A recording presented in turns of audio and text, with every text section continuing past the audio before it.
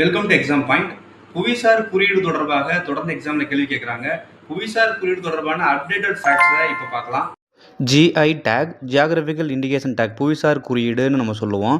இந்த குறியீடு, இந்த சான்று வழங்குவதோட முக்கியமான நோக்கம், ஒரு குறிப்பிட்ட பகுதியில் விளையக்கூடிய பொருட்கள், அங்கு பின்பற்றப்படுகிற கைவினை தொழில்நுட்பங்கள், இதெல்லாம் முக்கியமாக அங்கீகரிக்கணும் அப்படிங்கிறதுக்காக தான். இதில் யாரும் டியூப்ளிகேட் உருவாக்கிடக்கூடாது அப்படிங்கிறதுக்காக, நுகர்வோர்களிடம் நம்பிக்கையை பெறணும் அப்படிங்கிறதுக்காக இந்த ஜிஐ டேக் அப்படிங்கிற கான்செப்டை உலகம் முழுக்க செயல்பாட்டில் கொண்டு வந்திருக்கிறாங்க.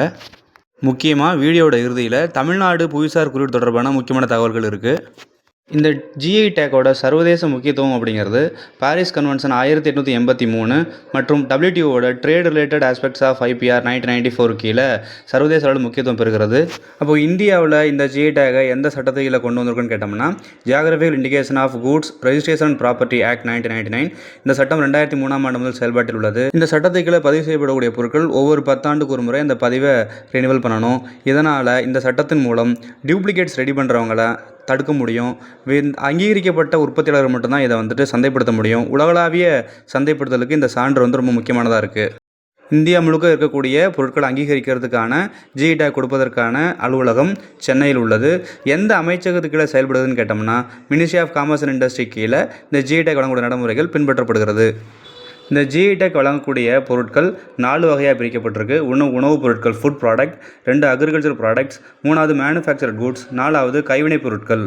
1999ஆம் ஆண்டு இயற்றப்பட்ட சட்டம் 2003இல் செயல்பாட்டுக்கு வந்தாலும் முதல் முறையாக ஜிஐ டேக் வழங்கப்பட்டது 2004 தான். மேற்கு வங்காளத்தின் டார்ஜிலிங் டீக்கு முதல் முறையாக ஜிஐ டேக் வழங்கப்பட்டது. இப்போதான் முக்கியமான கேள்வியில் இருக்கக்கூடிய பகுதிக்கு வரும். தமிழ்நாட்டில் முதல் முறையாக ஜிஐ டேக் வழங்கப்பட்ட பொருள் காஞ்சிபுரம் பட்டு.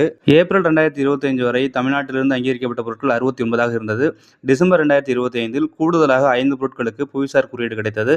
தற்போது மொத்தம் 74 பொருட்களுடன் தமிழ்நாடு புவிசார் குறியீடு பெற்ற பொருட்களில் 2வது மாநிலமாக உள்ளது. முதலிடத்தில் உத்தரப்பிரதேசம் 79 பொருட்கள், 2வது இடத்தில் தமிழ்நாடு 74 பொருட்கள்.